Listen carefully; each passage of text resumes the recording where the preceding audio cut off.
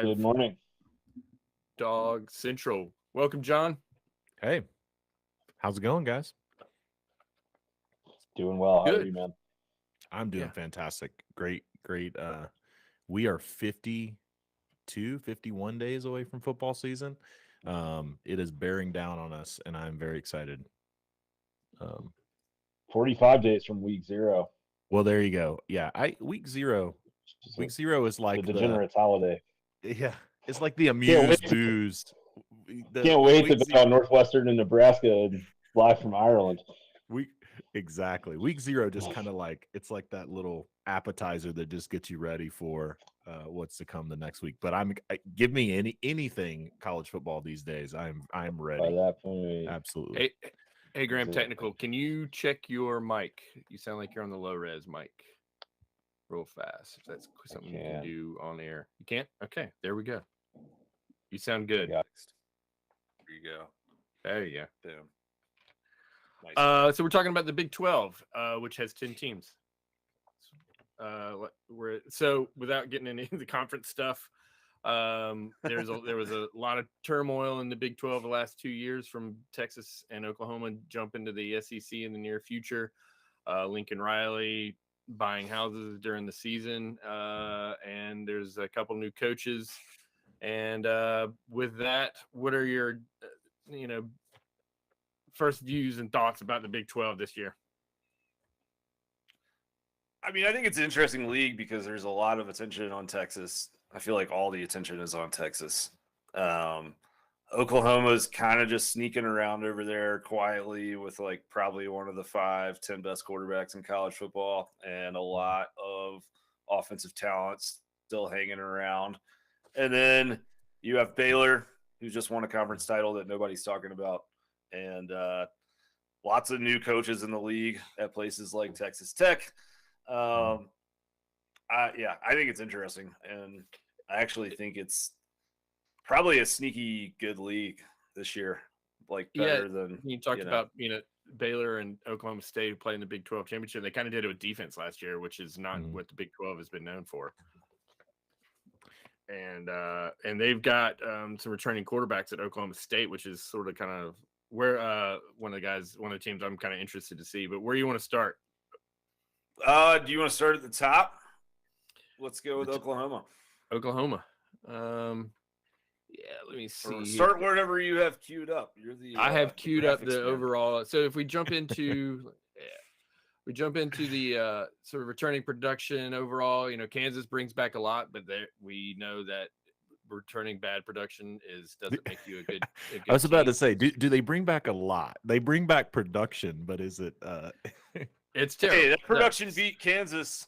Beat Texas. Absolutely. That's fair. Totally fair. And then going down, you can see Texas actually brings back a good number of players, but again, their defense was pretty bad last year, so it'll be questionable. They've got talent on that side of the ball, so it'll be if it can get coached up and improve. Kansas State's another sneaky good team, and Oklahoma's in the middle of the pack, and then Iowa State's the team, if you want to look at returning production, that actually might factor into what happens this year. Could be interesting when we get into the over-under for that team. And then we get into the offenses. Again, Kansas brings back a lot. Again, it's not very good. TCU brings a lot. But, they lost a lot of running back carries with Zach Evans heading to Ole Miss. And then again, down Texas is bringing back a good number of players and some good players to boot, and added some players. Quinn Ewers is going to be starting. And then Oklahoma is still kind of in the middle there. That's their defensive stats there. If we go back one, Oklahoma's bringing a new quarterback in. So with that, since we're talking about Oklahoma, what do you think about the changes in the head coaching and Dylan Gabriel is the quarterback? That's if we want to start there. So Dylan Gabriel is a really good quarterback, and I feel like quarterback is kind of a position in the transfer market that translates a little bit better from group of 5 to power 5 than maybe some others do. So I expect him to be really good. And I also think that Jeff Lebby as an offensive coordinator, so here's how I look at this. Like, Oklahoma has been a very good offensive team and a bad defensive team for the entire time that Lincoln Riley was there. I think Jeff Lebby is as creative of a play caller as anybody in the country, but we know Brent Venables isn't going to have, like, they might not be super talented on defense yet, but they're not going to be soft, and they're not going to give up, 38 points a game.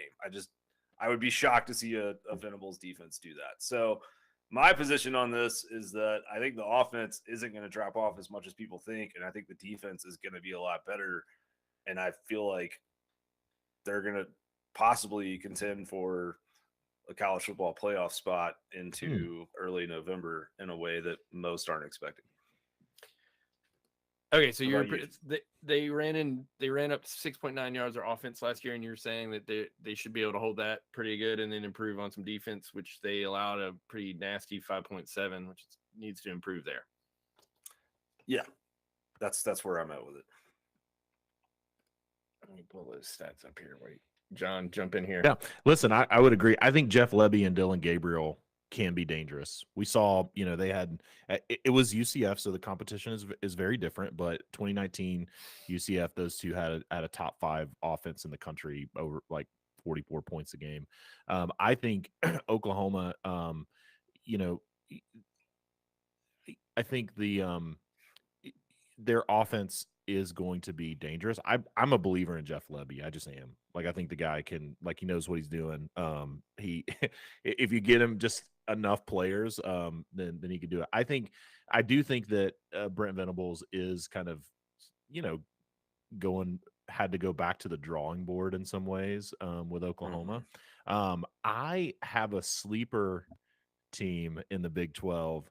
And that is Kansas State, and I think Kansas State is going to beat Oklahoma this year. Okay, and so right. if you're at 9.5, I'm going the under, because I think Oklahoma is going to lose to Texas and Kansas State, and they're going to drop one more.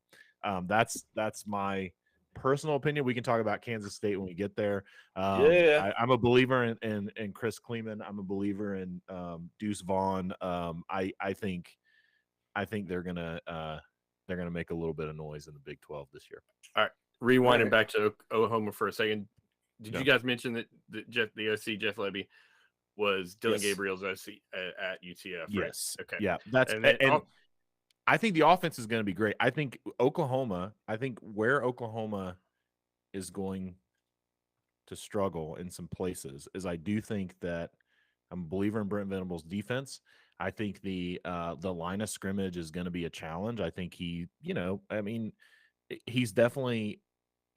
to make more progress than Lincoln Riley, but I do think that just schematically, with a new OC, with a new staff in a lot of areas, I think Oklahoma is gonna stumble in a couple of games. I have them going 9-3. With Texas, Kansas State, and then another loss in there. All right. Yeah. So throw that schedule up there, Josh, if you don't mind. So we got UTEP, Kent State. To me, honestly, a big swing game for this team.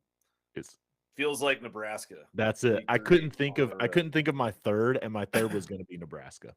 Yeah. Yeah, because Nebraska was like 3-9 or 4-8 or whatever the hell they were last year, but some of the worst turnover luck ever. I mean, they were like an SP plus top 25 team and managed to win 3 games. So, I don't know. That one's very interesting. They played Oklahoma tough last year.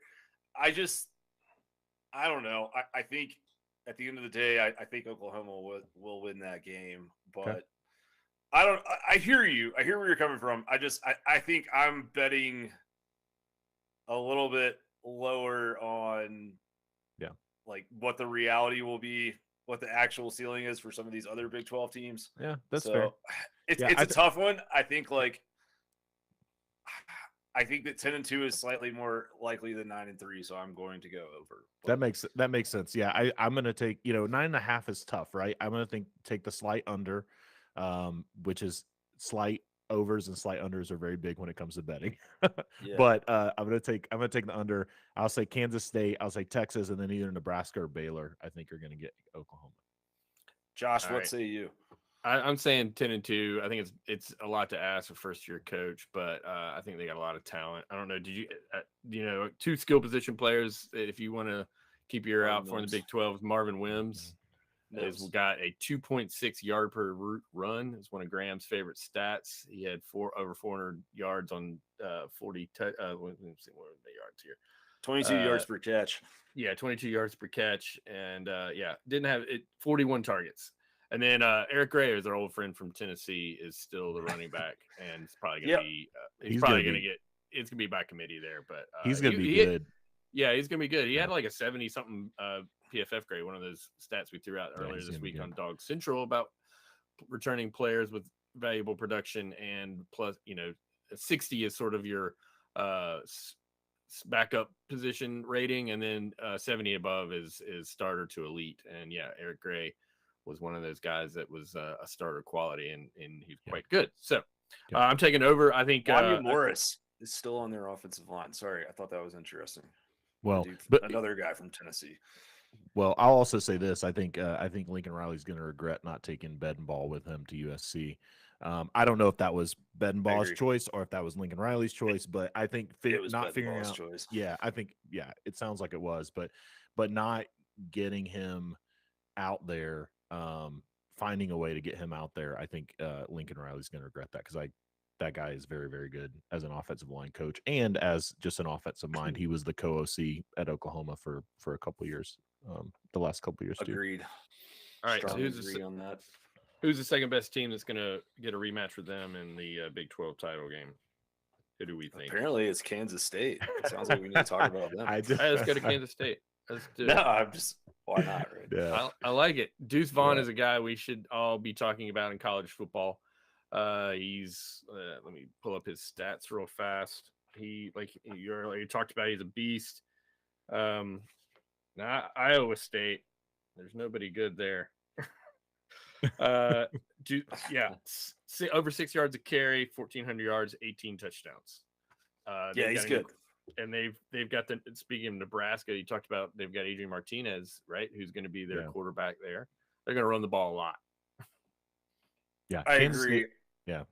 Kansas State is going to run the ball a lot. Yeah, so Kansas State over/under win total is 6.5. It's juiced to the over, -135 on the over, +115 on the under. Josh has some good stats for us up there. So, John, I mean, you kind of alluded to it a little bit earlier, but tell us what you like about Kansas State. Yeah, so I like a couple things. I like Adrian Martinez.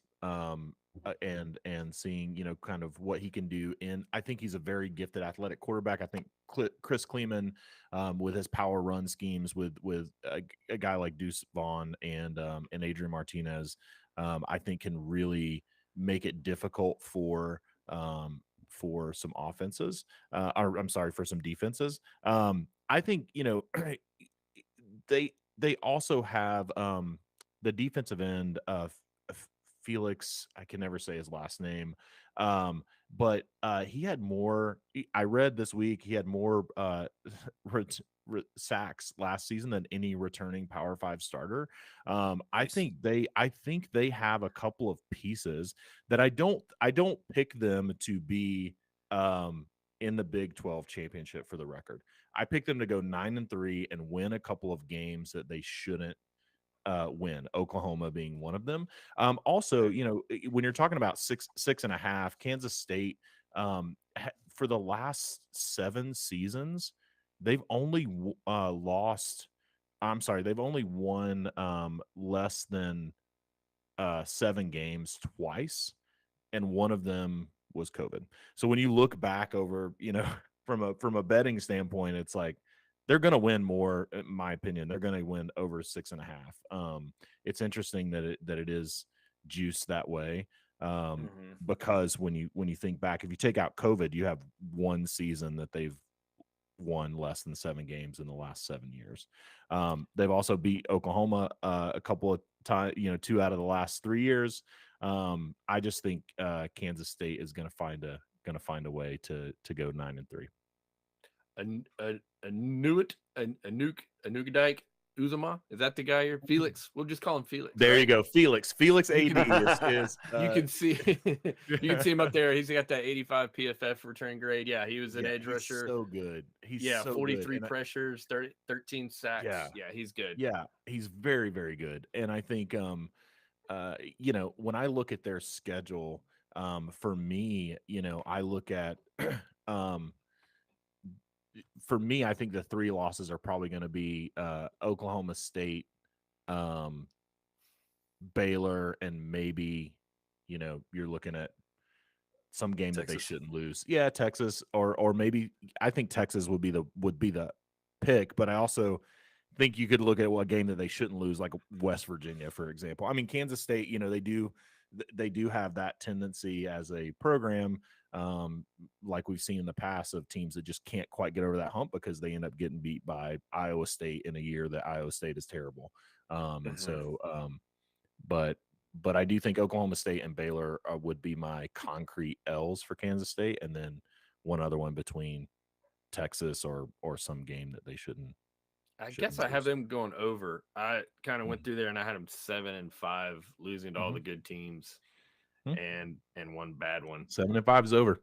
Yeah, I'm a little surprised by that, but for me, at 6.5, I don't know the actual line, but at 6.5, if you can find that for Kansas State, I would definitely take the over, because it's going to. Josh, where did you pull these over unders from? Geez, I hope it was DraftKings. Okay. Yeah. Oh, it's fine. I'm just curious. Yeah. I think it was DraftKings. Yeah, there's the like going on here, but the over is -135 and the under is 115, plus 115.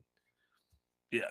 No, I mean, I think it's actually one of the lines on here I would bet would, like, actually with my own money, the over on would be that. I worry about their one-dimensional offense. I worry about that too. Adrian Martinez, 14 touchdowns, 10 interceptions last year off of 306 attempts is not exactly dynamic.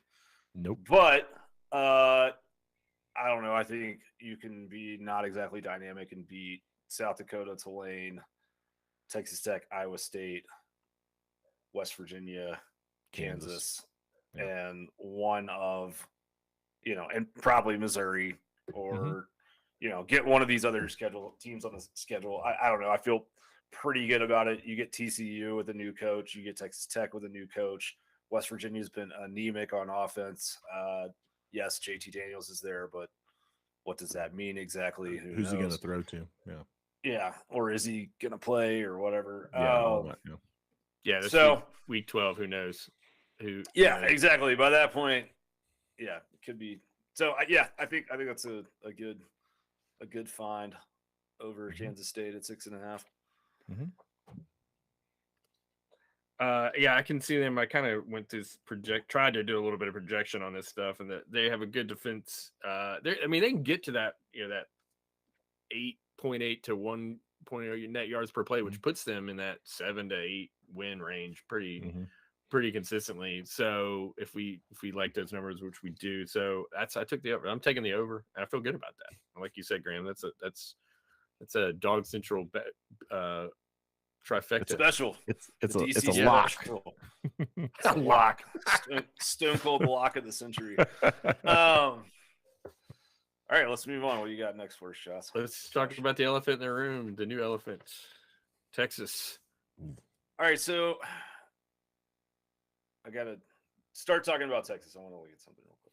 All right, Quinn Ewers is he transferred out of Ohio State after he redesignated to enroll last year. No meaningful production, so he's not going to show up on our PFF stuff. But he is the quarterback.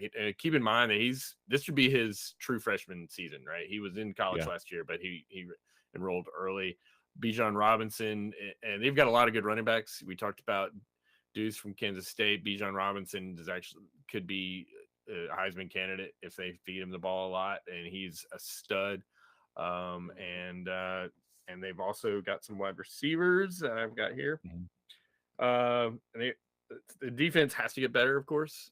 They were putrid last year on defense, so they've got to improve there, and I think they will with a young defense, and they've got a year under their belt, and I think they can improve. Okay. So, yeah, this is an interesting one because when you talk about weapons, Texas has a lot of them, right? I mean, there's a lot of offensive skill talent on this roster. Xavier Worthy. And that was Xavier Worthy. Bijan Robinson, Bijan Roshan Robinson. Johnson, both really good backs. Yeah. I think Isaiah Nair, maybe even a little slightly more productive than Worthy at wide receiver, quietly. It's a good roster. It's just I have a lot of questions about the defense, right? The same defense that gave up 56 to Kansas in a double overtime loss. Yep. Like, I think this team is built like a Big 12 team that SEC fans used to like make fun of and call, a basketball team or whatever, like a decade ago. It's all gas, no brakes, right? Like, all offense, no defense, but they are now playing in a league with a lot of really good defenses. And so I guess my concern for Texas is, do they find themselves still in the same situation they were at the end of last year, where they are having to hold serve over and over and over, and they're just in these games where it's like, the first team to get a stop is going to win, because I don't know that we trust Texas's defense to be the team that gets the stop. Yeah, two guys that played last year and had good grades according to PFF: Jedi Barron and Moro Ojomo. They got to step up and be leaders this year. They were highly rated, but they didn't get. They met the minimum 100 snaps. We're looking at these players, so if they can anchor the D line and the secondary, they have to improve, number one. But I think they should improve.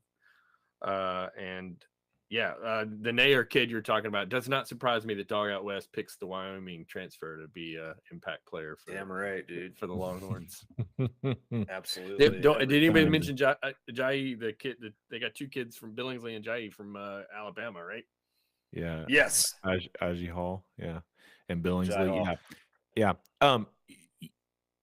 Josh, what's the line for this one? I'm sorry. I have it. I can't find it. It's 8 to 8.5. 8 to 8.5.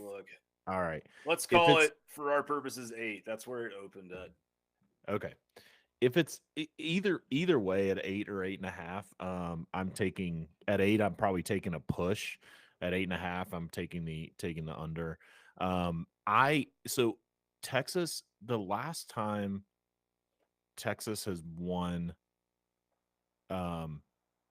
10 games in the regular season, and I know we're not at 9, so we're not there, but was 2009. I mean, that's 13 years.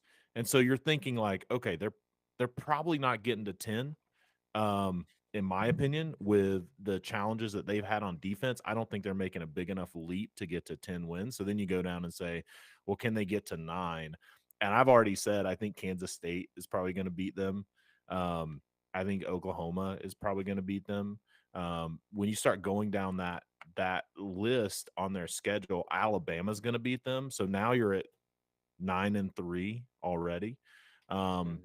I see another team getting Texas. I'm just not a believer. I do agree that they're probably going to take a step forward, but even a step forward on defense, you gave up over 50 to Kansas. That's a big step forward that I feel like you have to make in a league where I think Baylor or Oklahoma State would be the one that I would probably pick as like the fourth. You have Spencer Sanders. We haven't talked about Oklahoma State yet, but you got a 4th-year quarterback coming back that was really good last year. And so if you think about Alabama, Oklahoma State, Kansas State, for me, I'm at 8-4 in the regular season for Texas. What say you, Josh? Texas is back 9-3. No. Bama, Oklahoma State, and Baylor are their losses. I think they win. I think they beat Oklahoma twice. Okay, that's a good call. That's a big one. All right. So 9-3 though. I mean, they're back in the Big 12. It's not like they're not going to sniff. Well, I think the Big 12 is I going to agree. eat itself at the top. I think it's just that. So I think that they're going to be out of the playoff picture just because those 4 teams, 4-headed monster there is going to beat up on each other. I'll be candid think- with you. Oh, go for it, Graham. No, go ahead. I'll be candid with you, and I think it depends on how the Alabama game goes. I think if Texas is competitive with Alabama, like competitive meaning it's a 10-point game or something, like I think if Texas actually shows up versus Alabama, I think that will plant a flag that says, hey, this culture is different than the culture of the team that we've seen in the last few years. And that momentum might propel them, to 9 or 10 wins. I think if Alabama goes in there, which I'm predicting will happen, and just beats the brakes off of Texas, I think it's going to be tough. We saw it last year, right, with Oklahoma. With that Oklahoma game, it was very tough for Steve Sarkisian to kind of get that team back together. And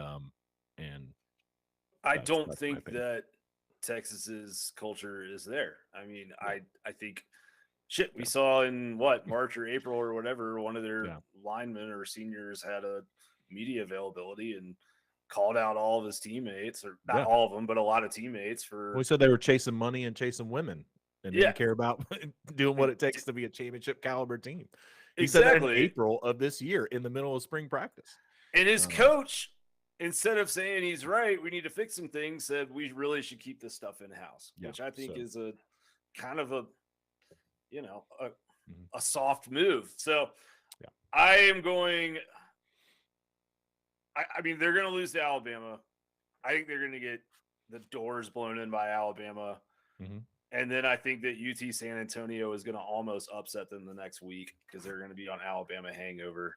And UTSA, Jeff Traylor, man, what a coach! A really good coach. Exactly.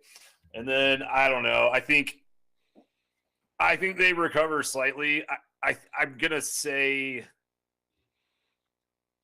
at 8-4, I'm going to say over, but I think push is just as likely. Yeah. But I don't think I would bet the under here. I don't see them going 7-5.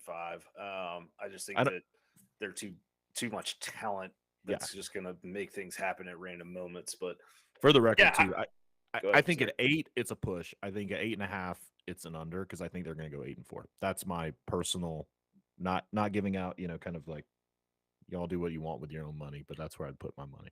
That's a fair assessment.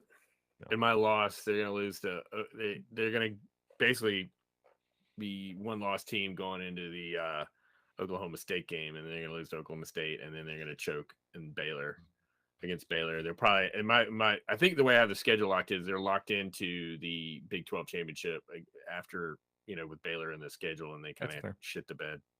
That's fair. Well, I mean, here's another one for you too: is Texas has only beaten TCU twice since 2014. They play every year. They play every year. Yeah, there's go into the Texas schedule. There's a lot of bad mojo. I mean, they haven't won 10 regular season games since 2009. Yeah, in the regular season. I mean, I think at the end of the day, then they go to they went 10-4 and. Yeah, but they didn't win their 10th regular game. Season. They didn't win their 10th in the regular season. Won their 10th game against Georgia. All right. I'm just looking at my fill still here. No, No, they did win 10 games once. Once in that time span, they've won 10 games. It was when they beat Georgia in the Sugar Bowl, but they were 9-4 coming into that game because they went 9-3 and then lost in the Big 12 championship and then played Georgia. So what I'm saying is, I can't wait to get trolled by Graham for this. I can't wait. For what? For your Texas? For Texas is back. Well, I mean, I took that with a grain of salt. Let's not. I did. Why not? All right. Yeah, but I still think Texas. I don't know. The more that I look at the schedule, it's like Iowa State, better coach. Oklahoma State, better coach. Baylor, better coach. Alabama, Kansas State, better coach. Chris Kleeman is better coach. So I think that Sark is sitting around bringing in a lot of recruits this offseason because his boosters are throwing around a shitload of money. But when it comes down to actually playing football, they're going to get their asses whipped at the line of scrimmage like Texas always does. Telling you. Yeah. So I don't know. I kind of with you. I think 8-4 is probably the most likely possibility. I think if Sark gets the offense rolling, which he should be able to do with all that talent, it's going to take a little bit of pressure off the defense that they don't have to be elite. And they Did it take they pressure can off of them outscore. versus? Did it take pressure off of them versus Kansas last year though? So I can't get over that. 56 points to Kansas. 56 points to Kansas. Yeah. I agree good, with you. Bob. I agree with you, Josh. I think Texas has the pieces on offense that they can get rolling, but I do think the moment that teams show up on defense, I think that is going to put too much pressure on Texas to win. DeMarvin and Overshawn, I'm going to talk about a guy with a 44 PFF grade as projected starting linebacker, and he was their leading tackler last year. So there you go. They've definitely got some holes on defense that are going to need to step up or, whatever. But, when you're Texas, if you guys that can't step up, you got to find guys behind them that step in. So, it sounds like if I'm reading this correctly, then I don't think Graham thinks too much of Sark as a coach. No, I don't. I think that he's never mind. We won't get on that road. All right. I don't think that he's. I think that as terms of perception versus reality, there are a few coaches who have had a softer landing or ride than Steve Sarkisian. Okay, 100%. He blew up at USC. He never did more than I think win 7 or 8 games at Washington. I could coordinate that Alabama offense from 2019 and put up 60 points a game. That was going to be my point. My point was going to be you give how many offensive coordinators could you have given the talent that Alabama offense had the 2 years that Sarkisian got credit for it and parlayed that into the Texas job. I could probably go 20 deep of offensive coordinators in college football that could have Marler's in his feelings here in this Sark. They could have produced. There's probably what like Sark produced. 50 of them, I would think.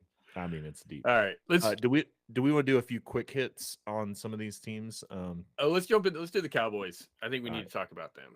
All right, perfect. We gotta do Oklahoma State and Baylor. Yeah. Okay, perfect. Baylor's the defending champs. All right.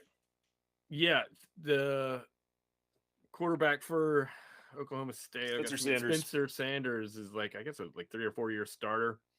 2,400 yards. Yeah, he's been there for passing. 4 years, but is he really good? Is the question, right? I'm asking. I'm not saying he's not necessarily.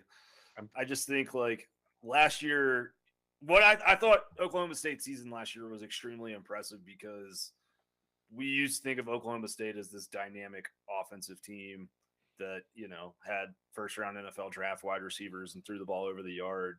And last year, that was really kind of a grit your teeth, get 5 yards type of offense. They won a lot of games when they scored in the 20s.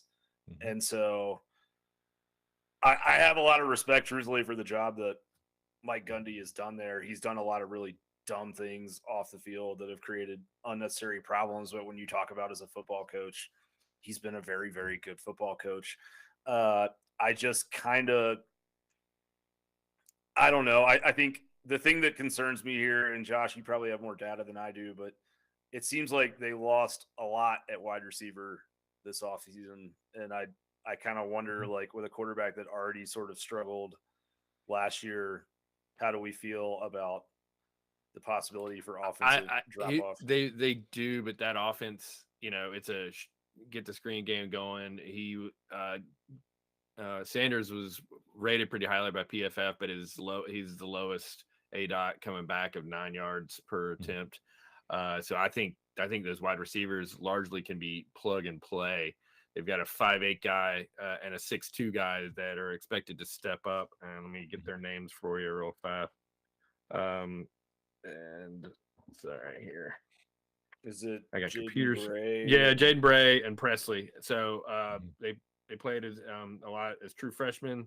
So they've got what they need, and I think Gundy is a good coach that can cause havoc for a couple first-year coaches that he's going to be playing this year and bringing back some veterans there. So, and they played good defense, and I like Oklahoma State. I think Sanders is a really good college quarterback, and does what is going to. And if they can keep the pressure off of him, he's even better. I was listening to shout out to the Purple Theory podcast, which is they're doing. You think we're doing a deep dive? They're doing an hour plus on every team in the Big 12. I listened to an hour and 15 minutes on Kansas. I swear to God.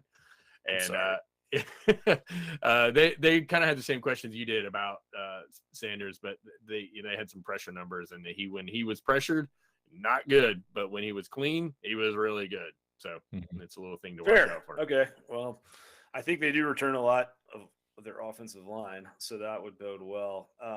One thing that I just learned that I feel like is really important knowledge for our Dog Central listeners to know is that his backup is Gunnar Gundy, Mike Gundy's son. So short leash, I feel like, for Spencer. How awesome is Gunnar Gundy? Yeah, I was about to say, how awesome is it that you knew exactly?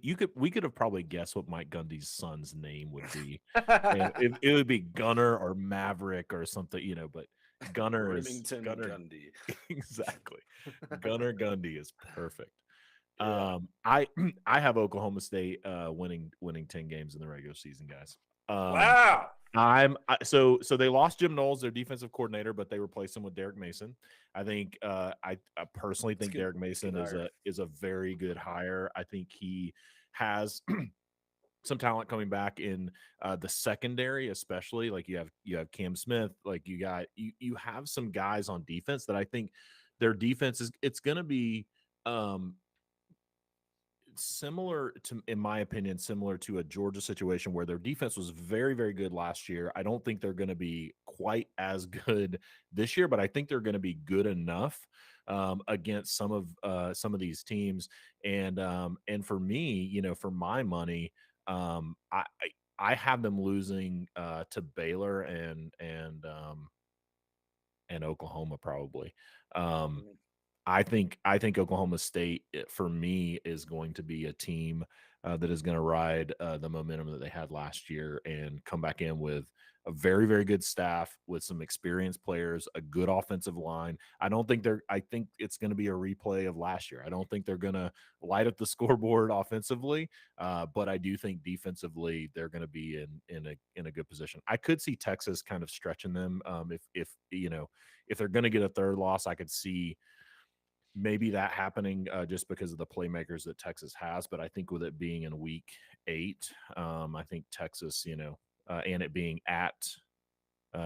in Stillwater, I think Texas is going to have a hard time with them too. So it's hard for me to look and say they're at Oklahoma, which I think they'll probably that's a game that I think Oklahoma will probably win. They're at Baylor. I think that's a game that Baylor will probably win. It's hard for me to look at that schedule and find another one or two personally. So you're not worried at Kansas coming off a bye? Not worried at Kansas. I think at Kansas State could be, again, I'm picking Kansas State as my sleeper team. But I think, but for me, I'm a believer when I look across the landscape of the Big 12 in Oklahoma State again. I think that Oklahoma State had a really good defense last year, but if you look at their turnover margin, it was even on the season. Yeah. And so turnovers are usually a luck thing, right? Like they're kind of hard to predict, but they do tend to bounce back and forth. And so the fact that they had that really good defensive season last year and they weren't something crazy like plus 1.8 turnovers a game or something like that does make me feel like that's probably pretty sustainable. I do worry about that Arizona State game a little bit in week 2, just because I don't like messing with cornered cats, It's at Arizona State, and I've got them going over. Yeah. So I was going to say I've got them as a loss here, even though it's just because I think I gave Josh's firm for Herm. I'm Texas is back, and Arizona State's I'm just gonna get destroyed. I think Arizona State they lost Jaden Daniels like week 3. I'm done. Yeah, they lost Jaden Daniels. They lost Jaden Daniels to LSU. Like I think they've had all that crazy offseason stuff. I think I'm just not a believer in Arizona. But you know who knows how to motivate a group of 18 to 22-year-old men? Herm Edwards. You play to win the game. I think that Oklahoma State Baylor week 5 is maybe a that's a Big 12 title game repeat, and it could be. Oh man, I think that's the swing game here. Really, I think that's the tough one.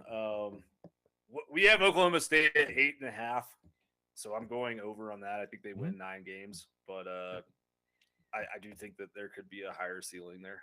But I also wouldn't be. I don't know. It's just all Mike Gundy does is win 10 games, man. He's like the opposite of Texas. Absolutely. So. At 8.5, I'm taking the over because I think it's going to be 9 or 10. I'll personally would push it up to 10 just because of my belief in am I saying my belief in Mike Gundy? Do I believe in the Gundy family way? I absolutely believe in the Gundy family way.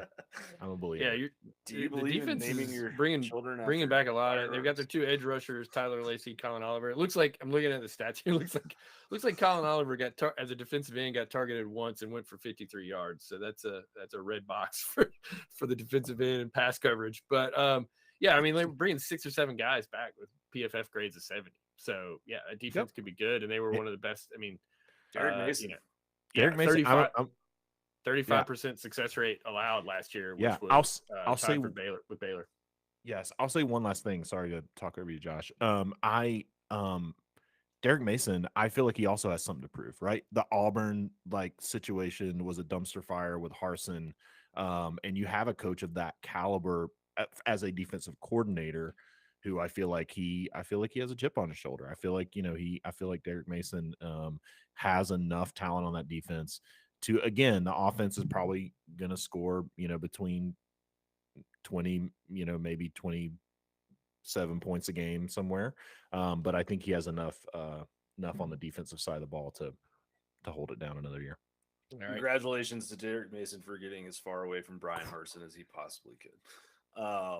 All right, let's do Baylor, Josh. I know you're running up against. No, I'm good. Actually, I was gonna say I'm in no rush today because we're starting at 3:00, so I got an extra hour. So gotcha. Cool. Yeah, because I really want to go Bears.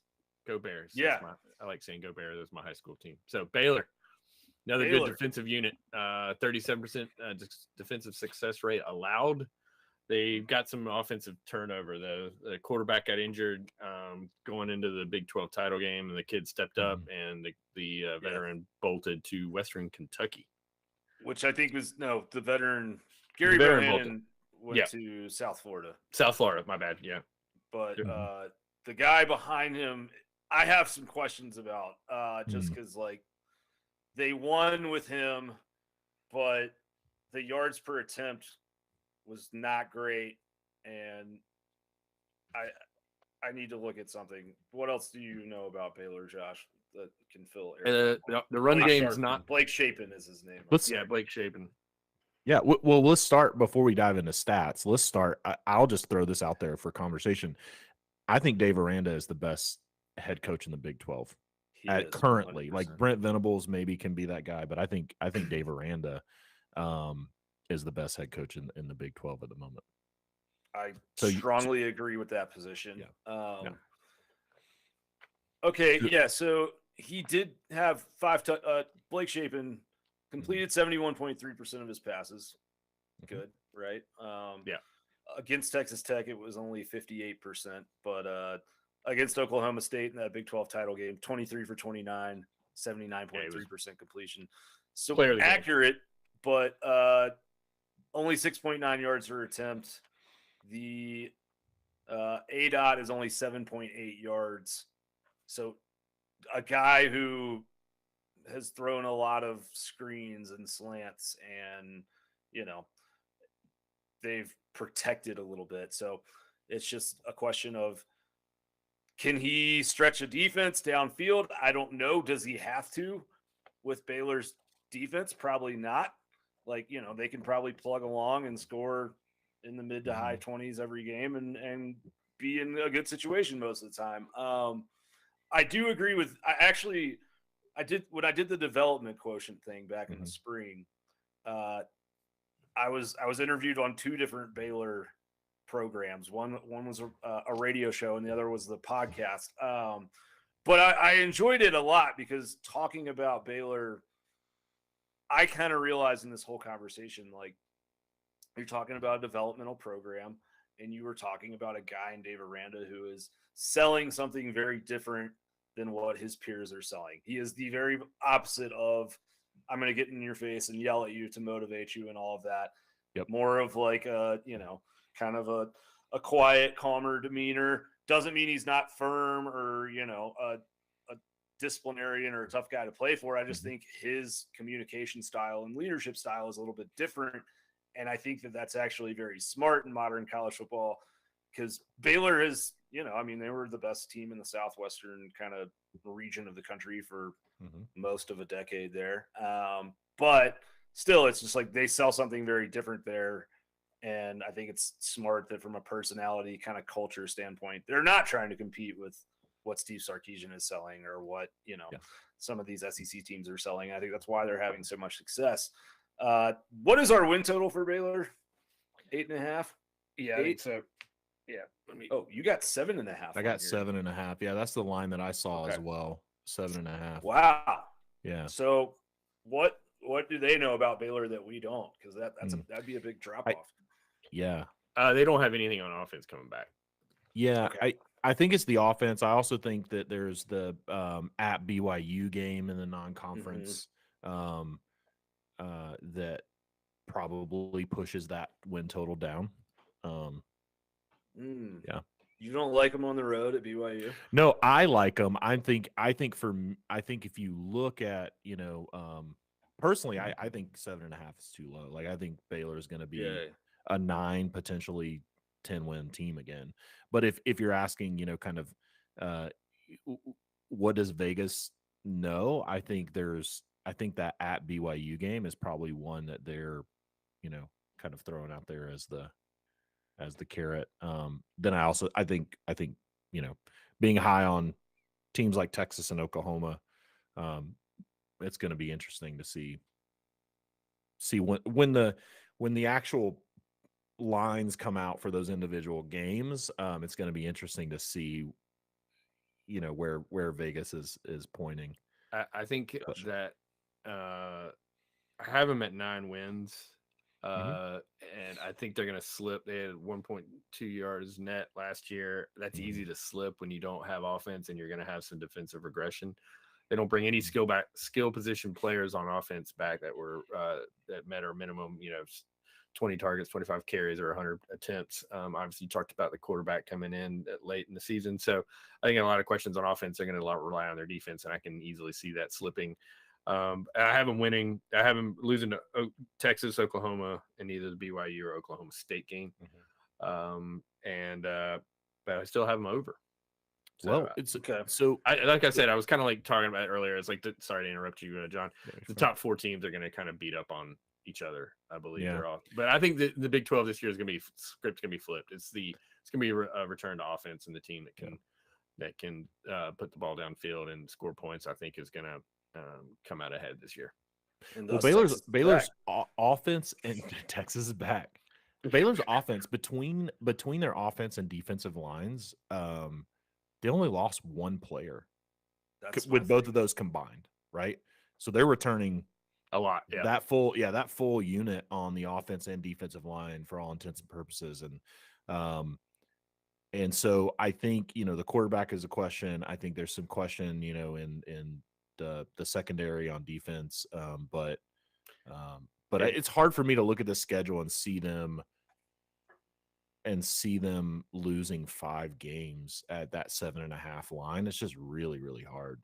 I don't see how you get to 7.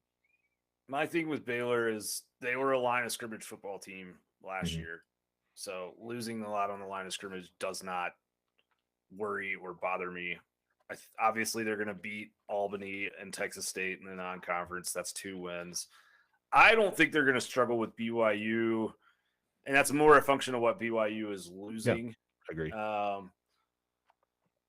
And I mean, I think Iowa State is in for a pretty large regression. And I again, like, now we're at 4 wins already after 4 games, and then I think they win West Virginia, Kansas, Texas Tech, TCU. They win some some combo of those four or upset or someone else like a Kansas State. I don't think those are two teams that I think are very similar styles that are just going to like smash it out.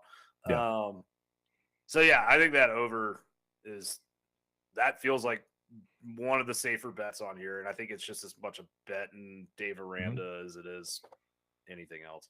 Yeah, the unfavorables that they have is at Oklahoma and at Texas, right? Like if you're looking at those games on the road, especially at Texas being late in the season, when you potential injuries or like people being banged up or whatever, I think those are two that could be potentially tough. But the rest of it is pretty favorable. I mean, you have Oklahoma State. I think they will get. Personally, I think they'll get beat by Oklahoma State. But I see them going 9-3. Yeah, I like that. All right, so we have Texas Tech, West Virginia, TCU, and Kansas left. TCU is the highest win total of those at 6.5. Oh, and Iowa State. Take the under on Iowa State. I'm taking. Yeah, I don't even know what it is. I don't even know what we it don't is. have to. No deep dive analysis here, guys. We're gonna give it to you straight. Yeah, Bryce Iowa State. Purdy's gone. Brees Hall's gone. Brock Purdy. Yeah, I mean, they had what and they still only won. They went 7-6 with those guys. Right, and they had oh god, what was that tight end that everyone? No, he was really good. Dude, I mean, how many guys did they have drafted? 5,500 players from this year. You're asking me, it's a tall order to go. I'm sorry. Yeah. Well, they had an encyclopedia here, bro. Was it Kolar? Was the guy that won the Charlie Kohler? Yeah, exactly. That won. He won a bunch of awards and stuff. Yeah, no, he was really good. That's what I was asking. They play Iowa early, week 2. They always lose that game. Yeah. So all right. So if we're counting losses at this point, right? So we need 5 losses. So Iowa, Baylor, Kansas State, Texas, Oklahoma State. All the rest could be losses. Yeah. And I think West Virginia is going to beat them too. I do too. But I think TCU will beat them. Yeah. I think that. Yeah, I think he should have gotten out of there when his name was hot. Agree. Yeah, Matt Campbell. Not the stock is going to be going down for a couple years. Yeah, and maybe he proves me wrong. I don't know, but I'm not betting my money on it. I remember, you keep talking about net yards per play. I remember last year just trying to figure out what was happening at Iowa State because they had a good net yards per play. I mean, that's a 10 plus win yard there, but a low offensive success rate and pretty pedestrian defensive success rate can trick you. So probably they loaded up on a bunch of yards on some bad teams, and they're not going to get away with that, and they didn't get away with anything last year. So who's TCU? Max Duggan's back again somehow. Is he really? Yeah. Wow. That guy, right? He's there. We say this as Georgia fans with 24. He's the Stetson Bennett of TCU. Yeah, I'm a big Max Duggan fan. I think he's a extremely productive quarterback, and I think he's very dynamic, and I think he can do a lot with his feet. That kind of changes the outlook of TCU for me quite a bit, to be honest with you guys. I need to reassess some things here. Yeah, well, they lost Zach. He was there last year too, right? Yeah, I know. He was banged up. He was banged up a little bit. So, but they lost Zach Evans, who I think was personally, I think is going to be a very dynamic playmaker at Ole Miss. I think he did a lot of really good things at TCU. The wild card for me is they're breaking in a new coach, right? So Gary Patterson is out for. Phil's still saying that Duggan's not going to even be the starter. Interesting. Wait, why? I don't know. He's Parker know this? Yeah, Chandler Morris. I've heard Parker actually talks about Chandler. Oh, so gotcha. Maybe Sonny time to Dykes move on. is the new coach. Yeah, Yep. came over. That's from what. Houston. Pretty That's what I nasty was little gonna say, yeah. separation. Yeah. Do you believe in Sonny Dykes? I do. Okay. After do what too. he did at SMU, yeah, I do too. thought- Yeah, I'm a believer. Yeah, I think that's a fair assessment. So that's a good place to start. But then you look at that net Gave up YPP. Woof. Yeah, that net 7 yards of play defensively. Yeah, that net YPP and that defensive YPP are very difficult to look at and say those are going to get significantly better. Can I have a nerd moment here? Yeah, Can I go for interrupt with a nerd moment? Looking at the bottom, that defensive explosiveness. People get confused by this. Okay, so that is how, in the defensive side of the ball, how bad your bad plays are, how costly when you allow a successful play on defense. And yeah, that was at the bottom. 1.4 is a gnarly number because not only is it a high number, but at a high success rate for the opposing offense means they did it a lot. And that's how you get to 7 yards of play on defense. So I don't know. I mean, if they improved to a full yard and got to 6.5, that's not good. All right. So Max Duggan last year, I think he was a little banged up maybe at the end of the season. He was. Yeah, he was. 63.6% completion, 2,000 yards passing, 8.9 yards per attempt, 16 touchdowns, 6 interceptions. And then when we look at what he did with his legs, we're talking about 497 yards on the ground, 5.6 yards per carry, 3 touchdowns. Remember that quarterbacks get sack yardage taken out, so 5.6 yards per carry is pretty significant. If they bench Max Duggan for Chandler Morris, I think that would be a mistake. I know that Sonny Dykes is a kind of air raid principal coach, but they got to ride with Dirty Duggan, dude. I mean, come on. Like, that's a dynamic quarterback. They got to have him in there. What's our win total? 6.5 for TCU? Yeah. So at Colorado, that feels like a win. Tarleton State, obviously a win. Oh, at SMU week 3. So that's Sonny Dykes going up against his old team. That's going to be really interesting. I think that'll be a win. I do too. So early bye too. Look at that. They've had a bye before that game. Yeah, and then they get Kansas. That's a win. Mm-hmm. We know that they beat Texas basically every year. I'm higher. Like, I think I'm over on TCU. I think that the defense just can't be that much worse. And God, what's that wide receiver they have who's an absolute stud? His first team could be Hutchins. Shit, sorry, I should have that. It's okay. It's okay. Brenton Johnson. Yes. Yeah, 18 and a half yards a catch, another 2.6 yards per route run, dude. 61 targets. Yeah. He's good. And he's a jump ball guy. And he's also the type of guy that will go up in double coverage at the 50 and just kind of like come down and everybody bounces off of him because he's big and heavy. So I think that what Sonny Dykes can do with him as an offensive weapon is going to be very interesting. I like TCU. Yeah. I think they're going to go over on 6.5. I wouldn't be surprised if they win 8 games, actually. It's a bounce back year. Yeah. For me, I agree. I think they're going to go 7-5 at worst. The wild card for me is West Virginia because I know we'll talk about them, but like that for me is a wild card on TCU's schedule. I think in particular where it's at West Virginia, it's week 9. TCU's coming off Oklahoma State, Kansas State. Like there's a potential there for that to be a game, but I see them, losing to Oklahoma, Oklahoma State, Kansas State, and Baylor. And then I think, there's a couple of toss-up games in there. But even with the toss-up games, I think you're 7-5 at worst. I could see them winning 8 or 9. I'm going under 6-6. All right, fair enough. I don't think they can. All right, I don't think they sneak up and have any upsets there, and I think they could easily let one slip through their fingers. Next up, Yep. Next up, Texas Tech.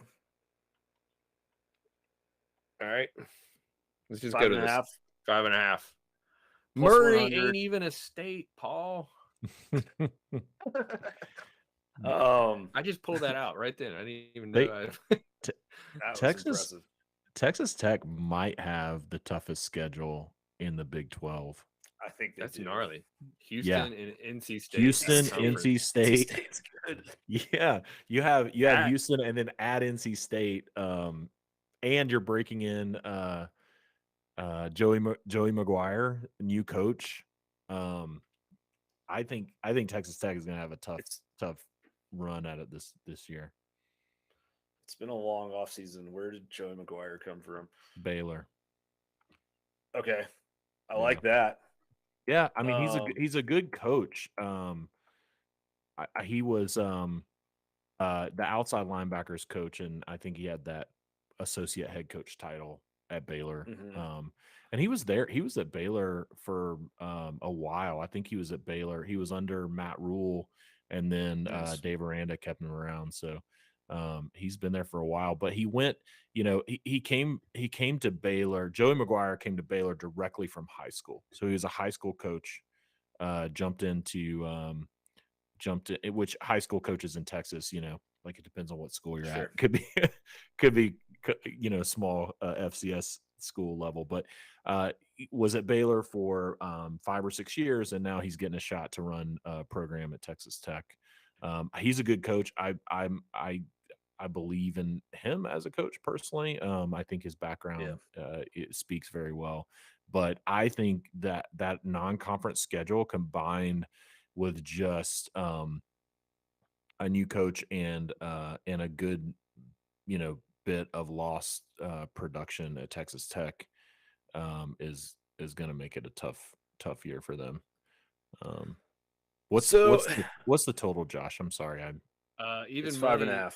5.5. okay, 5.5. Yeah, You're laying 120 on the under. I think I'm going to lay the juice on that. You're going Take over? the under. No, take the under. yeah. All right, gotcha. So my thing with Texas Tech, Matt Wells kind of did a sneaky good job there. I mean, they went 7-6 last year. Yeah. They beat Mississippi State 34-7 in the Liberty Bowl. I mean, like down the stretch of the season, they played really well. They lost by 3 points to Baylor the last week of the regular season. They beat Iowa State 41-38. There was a 1-point loss to Kansas State in there. Like they played in some close games that could have gone the other way. They beat got Houston hammered by too. 17 Yeah. to start the. I mean, they did get a I hammer. was riding them after that. They had high net yards per play, and then they ran into a couple gnarly games. Net yards per play was 0.7, which is interesting. But it was So way up there for half the season. They ended the year pretty poorly. They were on that. But I guess my question here is, You got to find 6 wins. Find the 6 wins. I know. Yeah. And I think they're going to beat NC State because it would be just the most NC State shit ever to lose to Texas Tech and go like undefeated in the ACC. For those who don't know, real quickly, for those who don't know, Graham is from North Carolina, so he's a North Carolinian. So I've studied the Wolfpack way for many years. Trust me. Well, on this. if you think they're going to beat NC State, then you probably like the over there. Yeah, I think you have to. I think they're going to beat Houston too. They beat them by 17 last year. Red Raiders, baby. Red Raiders are back. I don't know. I mean, Houston's good. That's a tough one, truthfully. They got the quarterback from Oregon, Tyler Shrow, right? That's so who's but they fine. Don't they also return? Don't they have their quarterback coming back? Columbia. Yeah. He played well. He was pretty good last year. He I want to say he was the guy. Let's see. Did he get injured? Yeah, because he only played through the Oklahoma game. Yeah. And so I am going to go. Oh man. I think they beat Iowa State. They beat Kansas. Shit, I'm going over. I'm going 6 wins. I think they're going to pull something off somewhere else. Okay. I don't know where, but the Big 12 is an unpredictable mess, especially when you get to November. So it is. You know, who knows? Maybe they beat Baylor, or you know, I don't like. I just think there's something in there that they might pull out. As much math as I do, I don't actually freaking calculate all the wins, but my gut instinct is that it's top heavy, and that means that the bottom is going to get beat up on pretty bad. So I don't think they're going to. I don't think there's going to be any upsets for the in conference, and I don't see them beating NC State. So I'm going under. Yeah, I'm not. I'll just say this for the record: I'm not betting any of my personal money on Texas Tech. Because it is a complete wild card. But what I will say today is I'm going to take the under, because I think they lose to Houston, NC State, Texas, Oklahoma State, Baylor, and Oklahoma, and that's and then there's it's going to be hard to get to 7 losses, but I do see them losing to, maybe at TCU would be one. But I think you can go down that list and you can get to 6 right away. And that makes me feel like, all right, you're going to have a 7th or an 8th one on there. As I was looking at these teams cramming for this test this morning, I just noticed, it felt like I was leaning towards, and this shouldn't surprise you being a stat analytics guy, that I was just found myself leaning on the teams that are going to be able to pass the ball. And I just don't think like a TCU and a Texas Tech is going to be good enough to put up enough points against some of those teams. And they might sneak up and beat a Baylor, or Oklahoma State has a bad game. I just feel like that's just an offense that's just not going to put up enough points. See, I think my outlook on the Big 12 is kind of like opposite of you guys, maybe, in that I think that there's some good teams at the top. I think the only team that has the potential to be great is Oklahoma. And so I think it's a league where, I just think anybody can lose kind of any given week. So by that logic, anybody can win any given week. So that's why I kind of faded some of these teams that have higher win totals and maybe a little bit higher on like a TCU. Like I'm with John. I'm not betting any of my personal money on Texas Tech. Gun to the head, I'm picking the over, but that's a total coin flip. Yeah. Don't follow me. I don't know anything about Texas Tech that you don't know. But TCU is one where, like, to your point, Josh, kind of talking about the offensive production, like, it's just, do I trust Sonny Dykes to have one of Chandler Morris or Max Duggan turn into a productive enough quarterback with what we know about him as kind of an offensive passing guy? Yeah, I do. And so that's why I'm like, I'm going to ride with them. But I get where you're coming from. I'm not opposed to your logic. I'm just kind of going the other way with it. They can win you a lot of money. Going the other way. Might not. Fade the nerd. Fade the nerd. Lose a lot of money too. So let's talk about West Virginia real quick before we get out of here. Yeah. Sorry, we're not going to spend 20 minutes on Kansas. Oh, we're not. I think we've already talked enough about Kansas, but West Virginia. Kansas is 2.5 for Kansas people there. Over, by the way. Take the over. Yeah, 3. They're winning 3 games again. A name on some of this returning stuff is you don't see is our friend JT Daniels, who didn't have one John passes. Tyler Daniels. Did not have enough passes to qualify, but everyone knows, especially in Dog Nation, that the quarterback not enough passes to qualify. The JT Daniels story. Yeah, so not 30 for 30. Yeah, or it's a 15 for 15 right now. So maybe you can stick 15 minutes on this. Well, what do you see in the? They return their entire offensive line, and they've got the play caller, who was his play caller for his 2018 season at USC, whose name escapes me right off the top of my head. It's Graham Harrell. Graham Harrell, duh. Yep. Yeah, so he's back. So I think, maybe, I don't know if he's looking at the offensive line. It was an okay offensive line. It was not great, but, veteran offensive line, familiar play caller. Yeah, maybe JT has a little bit of a run. I'm with you on that.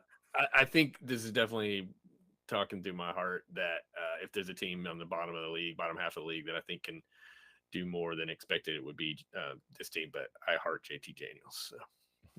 Well, yeah. maybe you can finally do what we never saw him do. We saw it. Be interesting, right? We saw it.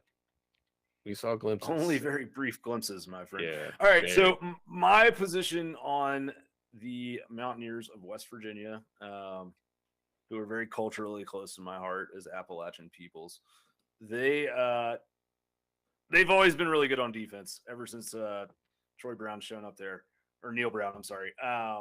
He is a good defensive coach. They have been in the kind of a top 20 to 30 defense nationally for the last 2 to 3 years, right? It's just offense has been a problem. Last year, their turnover margin, negative 0.6, ranked 108th in the nation in turnovers. So I like that to go favorably up in the other direction for them. What's the total? 5.5? Yeah. Okay. So that's a brutal start to the season. Well, not brutal. You've got Townsend and Kansas in there, but at Pittsburgh, they play 4 out of conference games. They play that doesn't seem right. No, they play at Virginia Tech, they play at Pitt, and then they have Townsend. The rest are league games. Is there Kansas, they're non-conference. Not, Kansas is I'm sorry, I apologize. Yeah. We have not relegated them out of the Big 12 yet. We refuse to recognize Kansas on this podcast. So I like them to. That's a tough out of conference, man. Pittsburgh and Virginia Tech. I think if they split that, they should be really happy. But I'm with you. I think there's some high there's a high upside potential here. Like this is one that could ride and go. I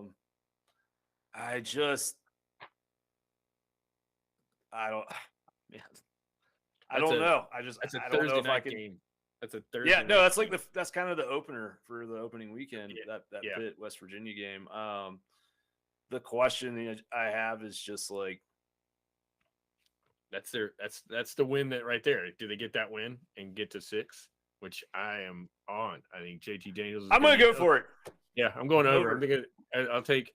They're gonna lose to Virginia Tech, Texas, Baylor.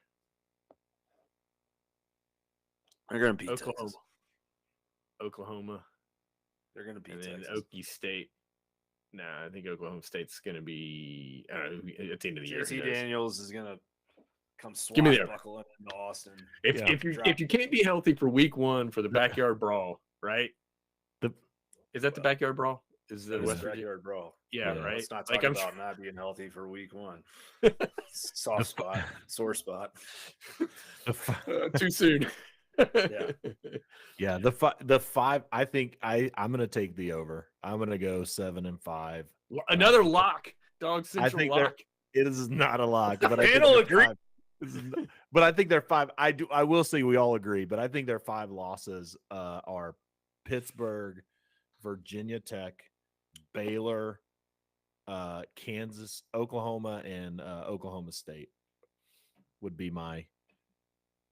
Maybe Pittsburgh. They may beat Pittsburgh.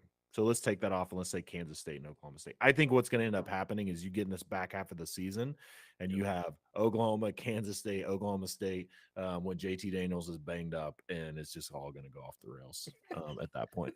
But they're gonna be pretty good after they beat Texas, right? After they beat Texas, yes. No, they're definitely exactly. I think I could see them opening up with beating Pittsburgh, Kansas, Townsend, losing to Virginia Tech, then beating Texas, and you're 4-1 going into Baylor. They're in the college football playoff race. Yeah. and then you have a backup quarterback. Do they have a former walk-on backup quarterback over at West Virginia? Because they may have a shot if they do. They have a 26-year-old walk-on that they can throw out there if things get hairy. No, I will say this. I know we've been joking, but personally, I hope I'm pulling for JT. I'm definitely rooting for JT. I hope he has a healthy season, and I hope he lights it up. Just because I think that kid has been he's been through it for whatever the reasons are. Like been through a lot. It's a tough road that he's been, especially when he came out of high school and he was he was the guy. He was the next guy. He was so yeah, for sure. And I've always, truthfully, I always appreciated his willingness to talk about his own mental state and struggles, Absolutely, and yeah. seeking help in that regard. I think that is very brave and sets a wonderful example for Yeah. other people his age and of all ages. So Yeah, and he's a national champion. Hugging Stetson Bennett on the sideline, like, dude, that's he's a got the ring ring. finger, not a middle Absolutely. finger. Yeah, Yeah. absolutely. All right. So I mean, all joking aside, just so that everyone's on record as having picked every team. Kansas 2.5 over or under. You got Over. All right, let me hang. You're going over. Give it Wow. Okay. Give me your 3 wins. My 3 wins for Kansas. Yeah. Let me pull up their schedule. I'm sorry, on the y'all. I had screen my, there. I'm going Tech. Tennessee Tech. Yep, I'm going Duke. Duke. Yeah. So my my 3 wins. My 3 wins for Kansas are Tennessee Tech, Duke, and Iowa State. There you go, Iowa State. I think Iowa State, TCU, and Texas Tech are all on the board as potential wins. I'm with you. They're gonna lose to Tennessee Tech. I was to say, man, yeah, the Tennessee Tech's not to be trifled with. Look, man, I'm sorry. I'm not following you guys down the black hole of Kansas. I'm not saying. I just said 2 and 10. I think they're going 2 and 10. And I think that they will be I think that they are trending in the right direction. You know, maybe they beat Texas again. Who knows? I was about to say 2 and 10 after coming off a season where you beat Texas. Even for Kansas would be an extreme disappointment. Well, they've not won more than 2 games in like a decade, have they? Oh, I know. Yeah. All right, it's been a while. Behind the curtain here, like I've scraped a ton of sources trying to get updated data, and I added the PFF stuff. I shared it with you guys, but I'm just looking at their offensive line, and if I don't want to look at Phil Still's magazine because it's really small and my eyes are tired, but check me on this. If you're still watching, this is a chance to bust me. DeAndre Diorian is a tackle rated 57.6 PFF grade who transferred in, who may start. Okay. For Kansas. So I was looking at they're bringing a bunch of offensive linemen back. The center is 62, which is if there's something there, they've got some returning starters on the O-line. I don't know if that gets you a win at Tennessee Tech. We should have a watch. I mean, I think they'll beat Tennessee Tech. They will beat Tennessee Tech. It's just everything from there. So you're saying that the NC State's going to get beat and that Duke is going to win. So you're flipping the script on the ACC Big 12 challenge over here. Yes, I am. All right. Well, to be fair, I mean, I think Kansas is going to beat Duke. Yeah. You think Kansas is going to beat Duke? So you're going at 2. You're going 2 and 10. I'm going 2 wins. Yeah, okay. I'm going 2 and 10. Okay. All right. Okay. I think they go 0 and 8 in the Big, or 0 and 9 in the Big 12. Okay. And lose to whoever else they have in the other conference. It's not Tennessee Tech or Duke. All right, this was fun, guys. We've given you some names and stuff. We hope you enjoy it. Football is like getting closer. We're going to be doing all the Power Fives as time permits. And we're working on providing you all this data that we've been looking at today to the subscribers on Dog Central. Absolutely. So if you're watching and you have not subscribed, please smash that subscribe button. We're sharing data. We're sharing recruiting intel, recipes, the whole gamut of what is out there for dog fans to enjoy, and we would really appreciate it. We're working hard and having some fun with you guys, and we want to share with what we're doing. Yeah. Check out dogcentral.com, and we've got lots of great intel. We've got Josh stats. We've got all sorts of stuff going on over there, but also truthfully, guys, like if you're going to invest your money in over-under win totals, then why not go and pay what basically amounts to $550 a month for this data? Yeah, no kidding. Seriously, it'll help you, and it's a good ROI. So yeah, check it out. And I'll say, for the record, I think the Big 12 is probably the most difficult conference to predict this year because it's just a wild card. So y'all saw it as you were listening to us talk. There is a kind of a lot of thoughts and opinions on the Big 12, but what you can get is all of the data, not only on the Big 12, but we have the other Power 5 conferences coming up, and you can dive into that data yourself and make your own informed decisions, which is what I highly recommend as if you're going to be in the sports betting world. But Josh does a fantastic job. I just want to give Josh a shout out of pulling all of these stats together, making it easy for you to dive in and form your own opinions. So come join us over at Dog Central and you'll get access to a lot of that. Yeah, right. absolutely. All right. Thank you, Josh. Thank you. And then we'll have an Ask Dog Central later this week, right? Correct, on Thursday night, as always. So right. please join us live for that. Subscribers, get your questions in now. All right, my guys. Check you out next time.